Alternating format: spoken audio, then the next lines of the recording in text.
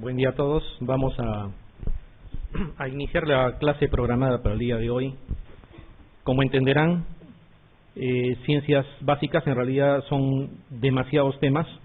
En ese entender se ha clasificado en dos grupos. La parte fisiológica la van a ver luego con otro colega.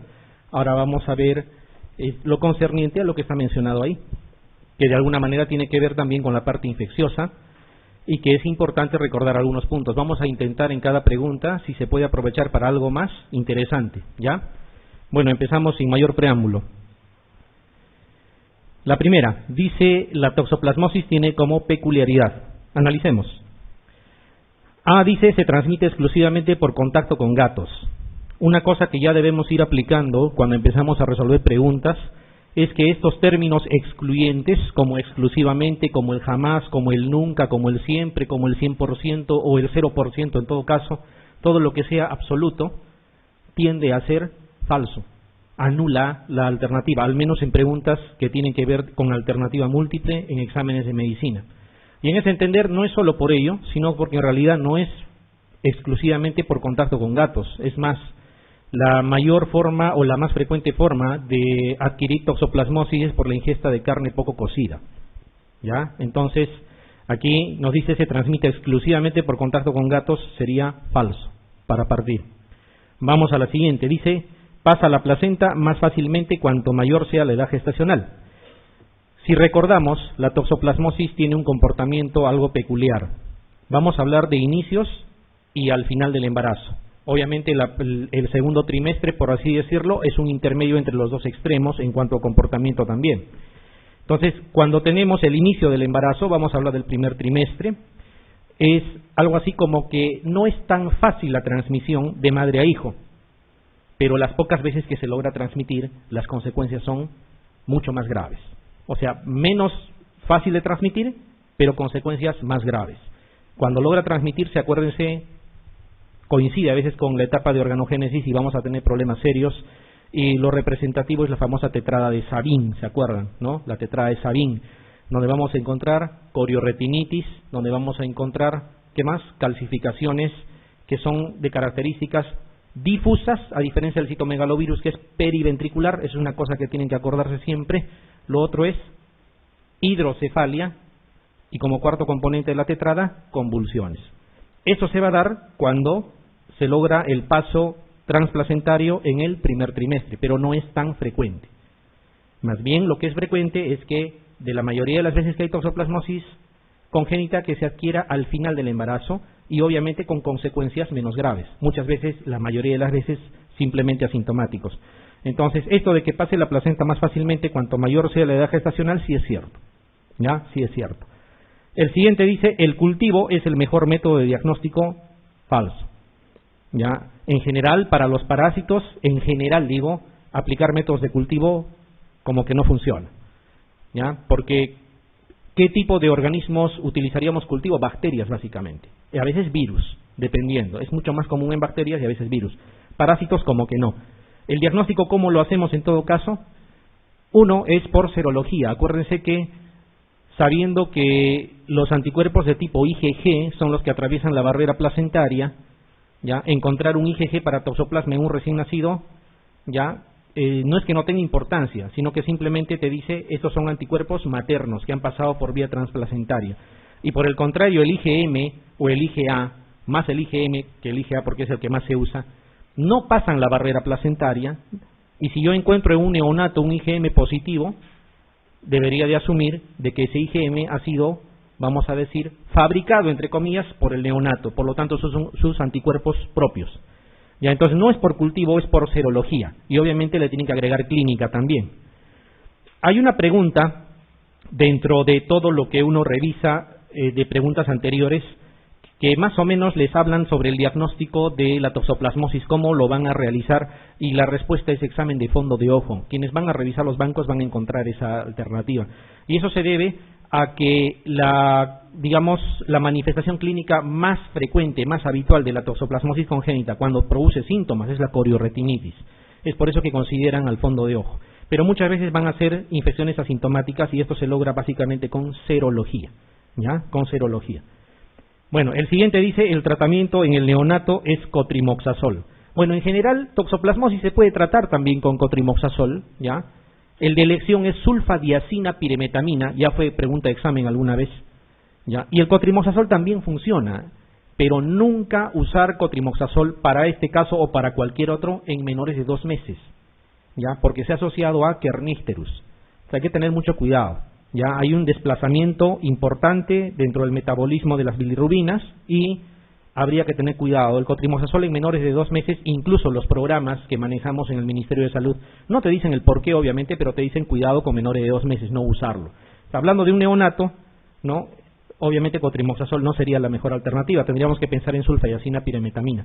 Muchas veces incluso ya esperamos algunas semanas, cuando la infección es simplemente asintomática, para iniciar posterior al periodo neonatal con el fármaco, justamente para evitar ese tipo de situaciones. La E dice, la detección de IgG en el recién nacido no tiene importancia diagnóstica. No sirve para diagnosticar precisamente infección neonatal, pero no es que no tenga importancia. Más bien, si yo encuentro una IgG en el neonato, ¿qué digo? Es paso de anticuerpos transplacentarios, o sea, sí me sirve. No para decir que esto es una infección neonatal, sino simplemente para excluirla. Entonces, la alternativa correcta sería, porque eso es lo que nos está pidiendo, sería que pasa la placenta más fácilmente cuanto mayor sea la edad gestacional. Sin embargo, acuérdense, esto se da, pero los efectos en el producto son mínimos o incluso nacen asintomáticos. Cuando esto se produce al inicio de la gestación, ahí sí tenemos problemas serios. Entonces, la alternativa B sería la alternativa correcta. Vamos a la siguiente. Dice, ¿qué tipo de tratamiento elegimos en la leishmaniasis cutánea no complicada? Bueno, nos dan alternativas, ya, y podríamos decir que prácticamente las 5 alternativas son, valga la redundancia, opciones terapéuticas, ¿ya? En diferentes escenarios, cuando hablamos de leishmaniosis de tipo cutánea. Por ejemplo, el estivogluconato sódico y anteriormente el glucantime, que hoy en día no lo tenemos a la mano, ambos son sales antimoniales pentavalentes, ¿ya? Y se usan con mucho éxito cuando tratamos leishmaniosis cutánea. 20 miligramos por kilo, ¿no? Lo administramos por vía intravenosa de forma lenta durante 20 días, ¿no? Y cuando se trata de la leishmaniosis cutáneo-mucosa, prolongamos hasta 30 días. Una pequeña situación: terminado el tratamiento no significa que las úlceras estén resueltas. Ese es un gran problema. Terminamos los 20 días, todavía la úlcera está ahí, decimos hay que prolongarle. No, hay que esperar. Esperamos hasta 60 días a que desaparezcan las úlceras. No es de inmediato. Es como cuando tratan una endocarditis y al término del ciclo de tratamiento queremos que ya no esté la vegetación. Tampoco no, eso también hay que esperar un poco. Ya, entonces estivogluconato es una alternativa. Anfotericin B es una muy buena alternativa, sin embargo no lo usamos rutinariamente en leishmaniosis cutánea no complicada, lo reservamos para los casos complicados, sobre todo cuando tenemos, por decir, casos que es la tercera o cuarta vez que se presenta en un paciente, o situaciones en las que de alguna manera no ha tolerado el estivogluconato, o situaciones en que, digamos, hay compromiso mucocutáneo severo, como es el caso de la leishmaniosis laringea. Ahí sí de elección vendría a ser anfotericin B, ¿ya? Bien. Glucantime es casi una alternativa al estivogluconato. Ambos son, como hemos dicho, sales antimoniales pentavalentes, ¿ya? Entonces, ambos podrían entrar a tallar ahí. Miltelfosina es un quimioterápico que con éxito se utilizaba para tratar algunos tipos de neoplasias y que hoy en día, en algunas realidades, no en la nuestra, es casi de elección para la leishmaniosis visceral, no para la cutánea, ¿ya? Para la leishmaniosis visceral. Sin embargo, sí funciona en la leishmaniosis cutánea también. No es de elección, obvio, ¿ya? Tiene mucho éxito, no es de elección, es muy caro, ¿ya? Y donde sí se ha usado, y vale la pena recordar, es en amebas de vida libre de presentación cutánea. Por ejemplo, la Cantamoeba produce muchas veces infecciones por amebas de vida libre, ¿ya? A nivel cutáneo, y miltefosine prácticamente ha demostrado de que tiene mucha eficacia en ese tipo de lesiones. Acitromicina no es muy común, pero también se puede usar. Está demostrado que sí sirve, ¿ya? Sirve y se da por pulsos, se da 5 días a dosis plenas, se descansa un par de semanas y se vuelve a dar, bajo ciertas circunstancias, obviamente cuando no sea posible administrar lo anterior. Entonces nos quedaríamos con estivogluconato y glucantime, que serían los dos, vamos a decir, de elección para la leishmaniasis cutánea no complicada, pero en nuestra realidad actual es estivogluconato sódico, ¿ya? Para lo actual, para lo que tenemos, para lo que manejamos y para lo que los programas actuales que rigen nuestra realidad, digamos, esté indicado. ¿Ya? Glucantime hoy en día no lo tenemos a la mano, era de elección hace algunos años. ¿Ya? La alternativa sería la primera, estivogluconato sódico. No se olviden, 20 miligramos por kilo día, cuando tratamos por 20 días para leishmaniosis de tipo cutánea, y para la cutánea mucosa o mucosa, si quieren, lo prolongan hasta 30. La siguiente, dice, ¿cuál de los siguientes enteroparásitos no se transmite por fecalismo? Esta es una pregunta muy, vamos a decir, habitual en los exámenes. Ya uno tiene que recordar, cuando decimos fecalismo, estamos hablando de la transmisión fecal-oral, ¿no? Que la forma infectante del parásito contamine agua o contamine alimentos, o manos en todo caso, y en el momento justo de ingerir alimentos o ingerir agua, o alimentos simplemente con manos contaminadas, uno puede llevarse la forma infectante y producirse la infección, y a eso se llama fecalismo. Ascaris lumbricoides, como sabemos, su forma infectante es huevo embrionado y es una de las formas características de transmisión por fecalismo. Cryptosporidium es lo mismo, ¿ya? Cuando hablamos de entamoeba histolítica, la forma infectante, tanto para Cryptosporidium como entamoeba, es quiste, ¿no es cierto? Cuando hablamos de protozoarios, acuérdense que la forma infectante la mayoría de las veces es quiste, ¿ya? Y cuando hablamos de gusanos, debe de ser huevo probablemente, ¿ya? Y más propiamente huevo embrionado, o sea que ya posea los embriones dentro. Nos quedan dos, que dice Necator americanus y Trichuris trichura. Trichuris lo mismo, se transmite por fecalismo, ¿ya? Tradicionalmente nos preguntaban por estrongiloides, debido a que estrongiloides, la forma infectante, es una larva que no ingresa de forma fecal oral, sino por la piel, por piel dañada, en forma de larva filariforme. Es exactamente lo mismo para los gusanos ganchudos. Cuando hablamos de Necator americanus o Ankylostoma duodenal, que son los más conocidos, los que más frecuentemente vemos, es básicamente la misma forma de transmisión que el estrongiloides. Entonces, que no se transmitan por fecalismo, estrongiloides y los dos gusanos ganchudos, o sea, Necator y Ankylostoma. Y hay un pequeño detalle ahí. Cuando hablamos de Ankylostoma, en algunas ocasiones se ha demostrado que sí se puede transmitir por fecalismo, pero es raro. Solo Ankylostoma, no Necator americanus. Ya, la respuesta aquí es Necator americanus, y la mayoría de las veces nos preguntan, como les digo, por estrongiloides. Ya esos tres tienen la particularidad de ingresar en forma de larva filariforme, que es la forma infectante, y lo hacen a través de piel dañada, ¿ya? A través de piel dañada. La siguiente dice, ¿cuál es el tratamiento de elección para la parasitación por Ascaris lumbricoides con sospecha de hiperinfestación? Ese pequeño detalle, sospecha de hiperinfestación. Cuando tenemos, digamos, el hallazgo de huevos de Ascaris en un examen de heces, en un examen parasitológico, y por lo demás el paciente no tiene síntomas importantes, debemos de asumir de que no tiene una hiperinfestación, simplemente está parasitado por Ascaris. Entonces ahí el tratamiento es diferente. Pero cuando hablamos de hiperinfestación, ya significa que son múltiples los gusanos que están parasitando, y eso conlleva otros riesgos añadidos. Entonces no puede ser el tratamiento tan igual como en el primer caso. ¿Qué es lo que puede suceder en la hiperinfestación? De forma espontánea, estos gusanos adultos pueden enrolarse unos sobre otros y crear fenómenos obstructivos a través del intestino.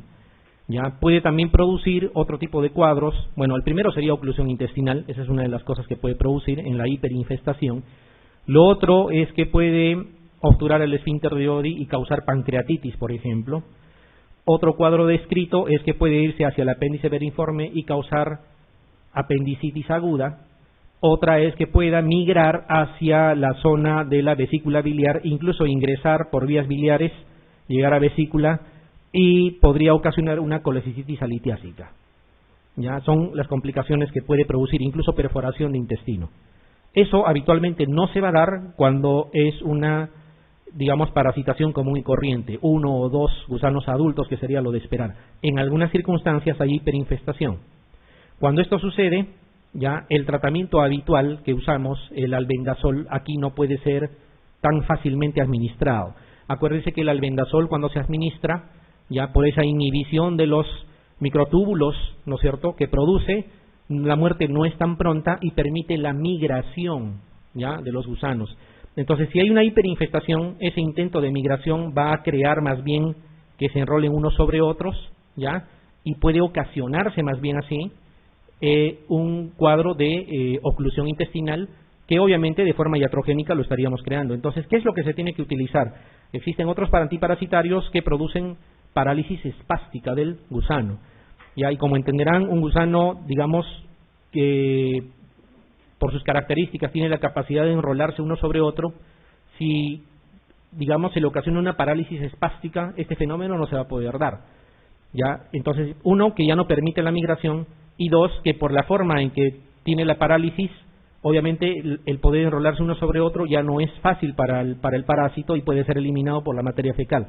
Ese fármaco es el pamoato epirantel, que podrían usar también pamoato de oxantel, ya, uno de los dos. Hay otra pregunta que menciona cuando ya se produjo el fenómeno obstructivo, puede ser biliar o intestinal y sobre todo en niños. ¿Por qué? Porque en niños es mucho más común. Cuando esto ya se dio, lo que se tiene que intentar más bien es una muerte flácida para poder, digamos, evitando la cirugía, intentar eliminar los parásitos. ¿Ya? Y ahí se usa las sales de piperacina, ¿ya? Las sales de piperacina, pregunta de examen en algún momento. Cuando ya se dio el fenómeno obstructivo o cuando lo sospechas, tienes que usar sales de piperacina en niños, ¿ya? Muy bien, entonces no es albendazol aquí es pamoato epirantel, de las alternativas que están. La otra podría ser pamoato de oxantel, ¿ya? Vamos a decir que son casi equivalentes. La siguiente dice, ¿cuál de los siguientes microorganismos infecta principalmente las células del endotelio vascular? Bueno, aquí hay que recordar algo. Cada microorganismo tiene predilección por diferentes zonas o aparatos dependiendo del cuerpo humano. Cuando hablamos propiamente, por ejemplo, de virus, la situación es muy clara. Los virus tienen tropismo, ¿no? Van casi directamente hacia el lugar que les corresponde.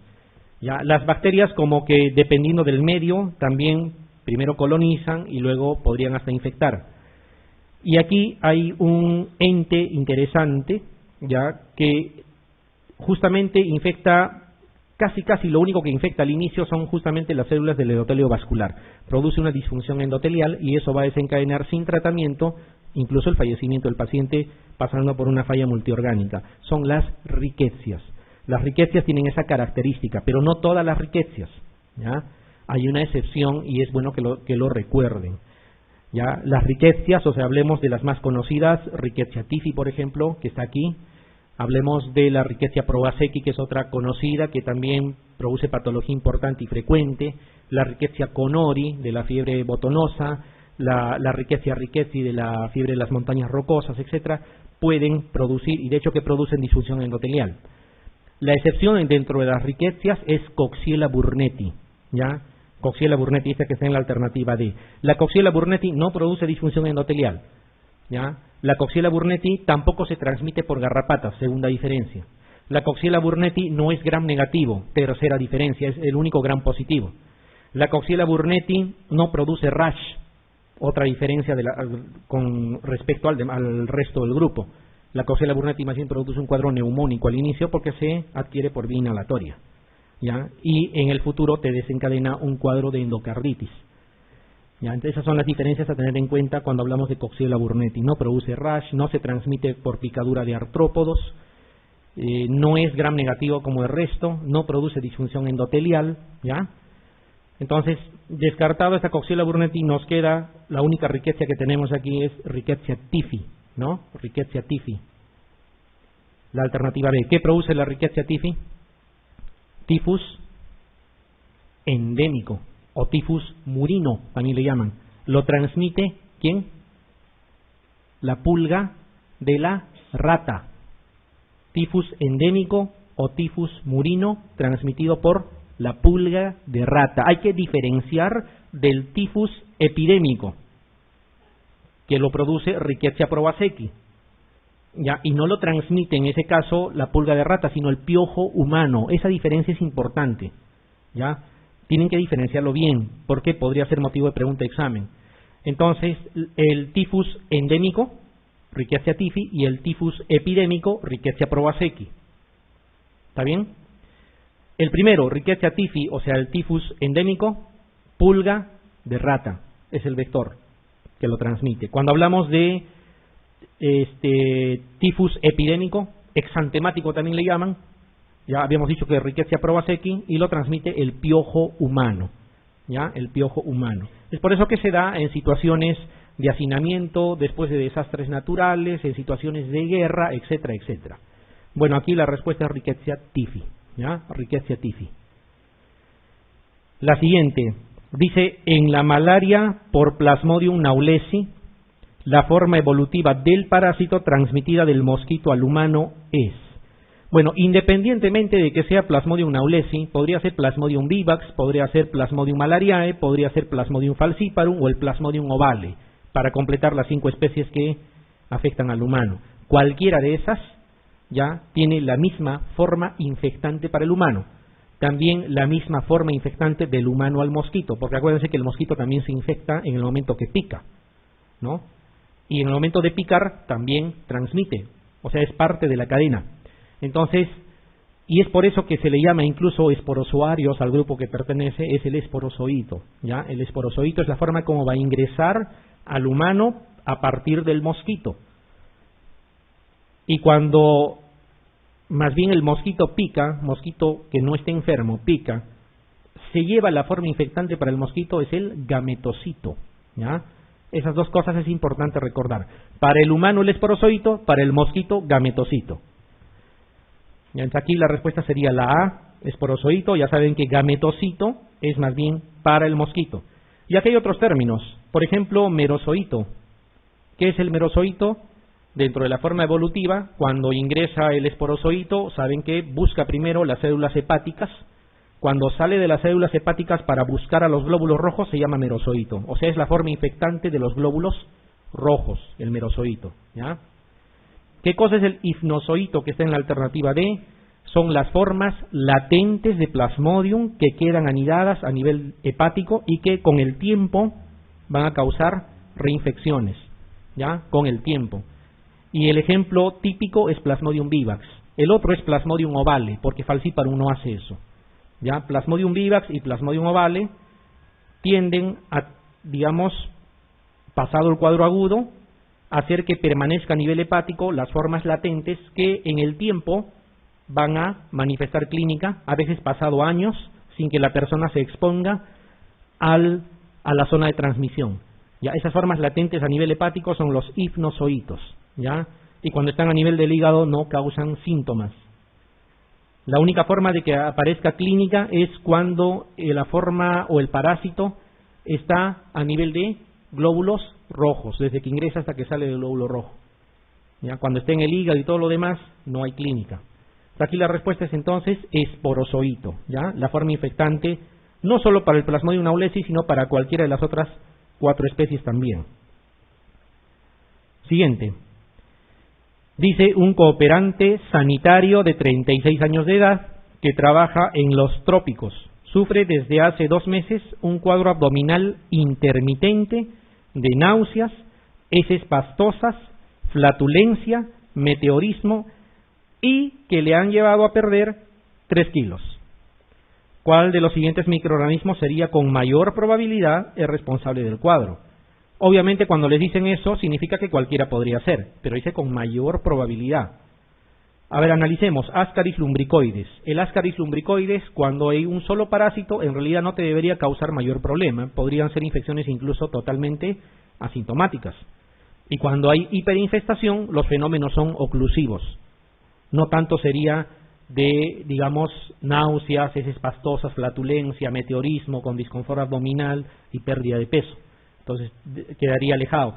Staphylococcus aureus, que es una bacteria, más bien por el contrario, cuando te produce cuadros infecciosos, te produce cuadros agudos, ¿ya?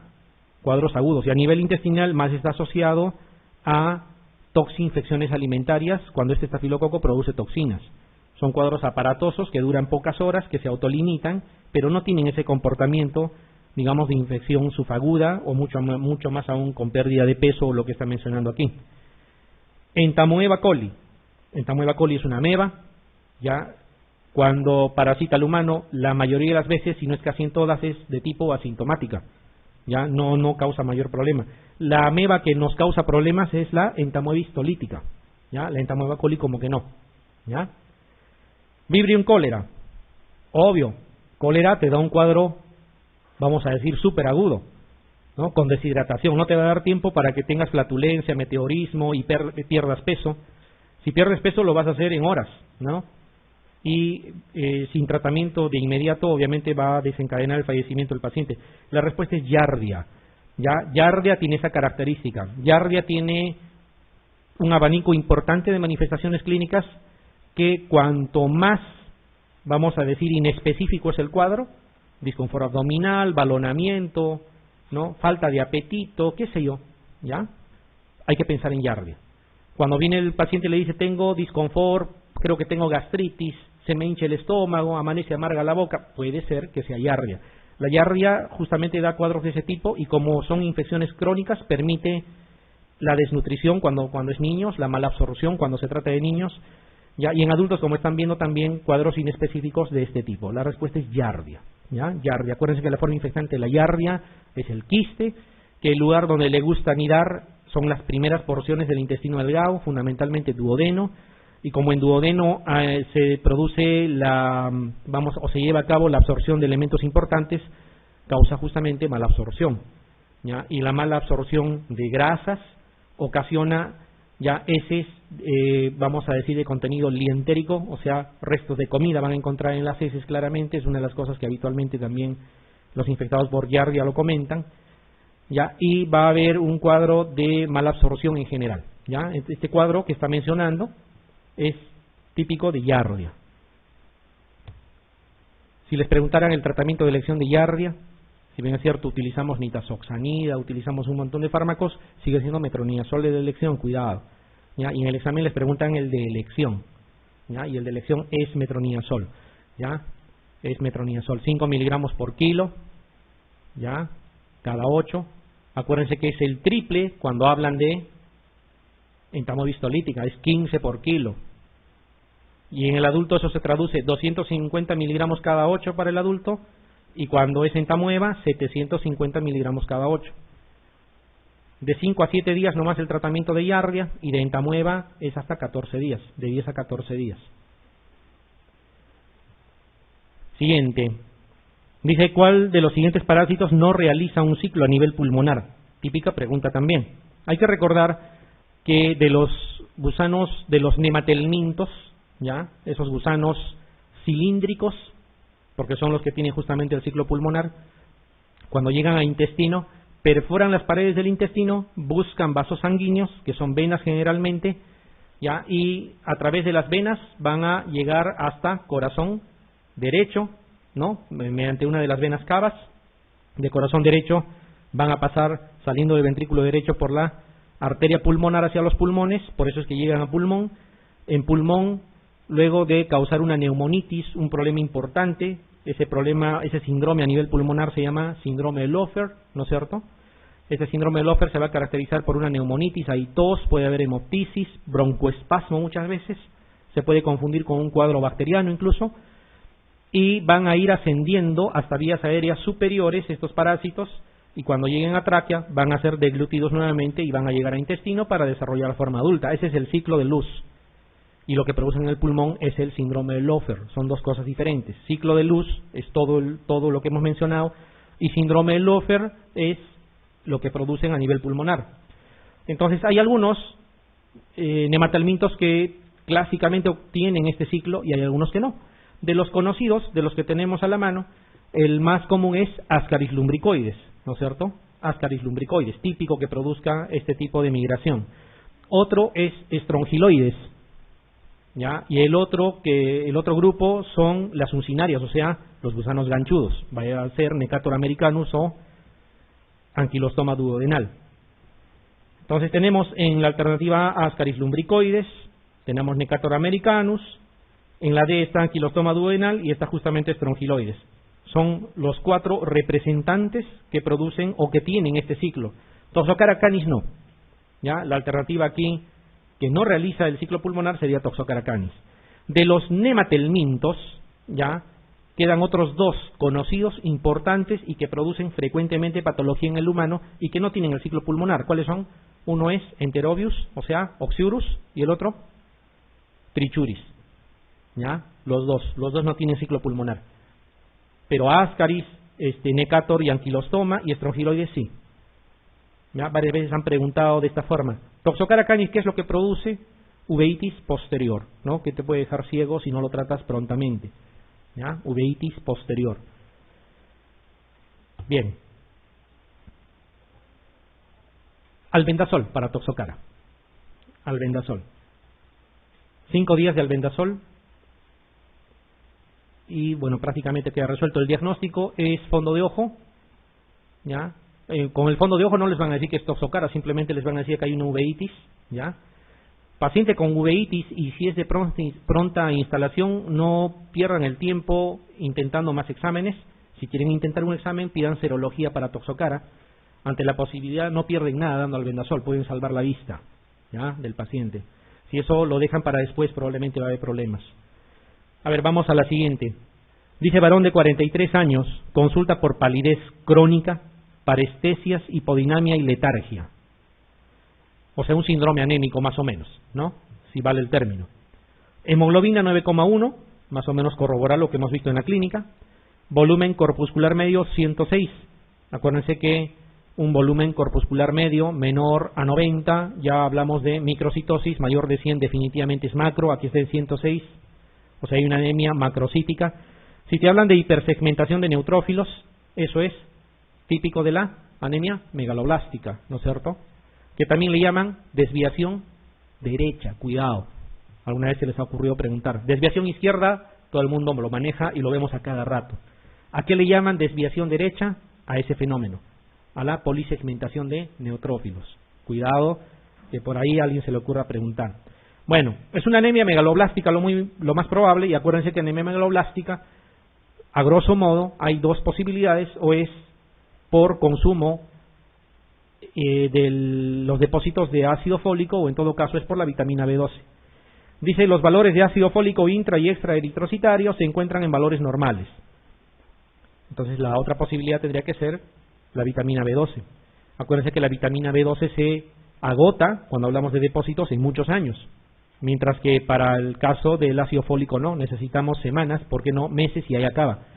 ¿Ya? Entonces significa que es una situación de bastante tiempo que le ha llevado a esto. Dice, la causa de infestación más probable. Esta pregunta, como que varias veces también la han colocado, acuérdense de que existen parásitos que producen anemia megaloblástica y que justamente se debe a que compiten por el consumo de la vitamina B12. Ya son las 2 tenias del pescado, ¿no? Diphyllobotrium latum, Diphyllobotrium pacificum, los 2 más conocidos. ¿Qué hacen? Se consumen la vitamina B12 del hospedero y hacen que en el tiempo ya se acaben los depósitos, y al acabarse los depósitos simplemente se produce o se instala la anemia megaloblástica. Bueno, nos dan las alternativas y obviamente es la alternativa A, ¿ya? Diphyllobotrium pacificum en este caso. El otro es el Diphyllobotrium latum. A veces las preguntas son mucho más directas, le dicen cuál de las siguientes tenias produce anemia megaloblástica, te lo dicen así directo, ¿ya? Es una de las 2 hay que tener en cuenta. La forma infectante se consigue o uno lo adquiere en el momento de ingerir pescado poco cocido o a veces crudo, ¿no? Y la forma infectante es la larva plerocercoide, hay que acordarse, ¿no? Larva plerocercoide, para cualquiera de los 2 Diphyllobotrium. Tenia que produce anemia megaloblástica. La siguiente dice,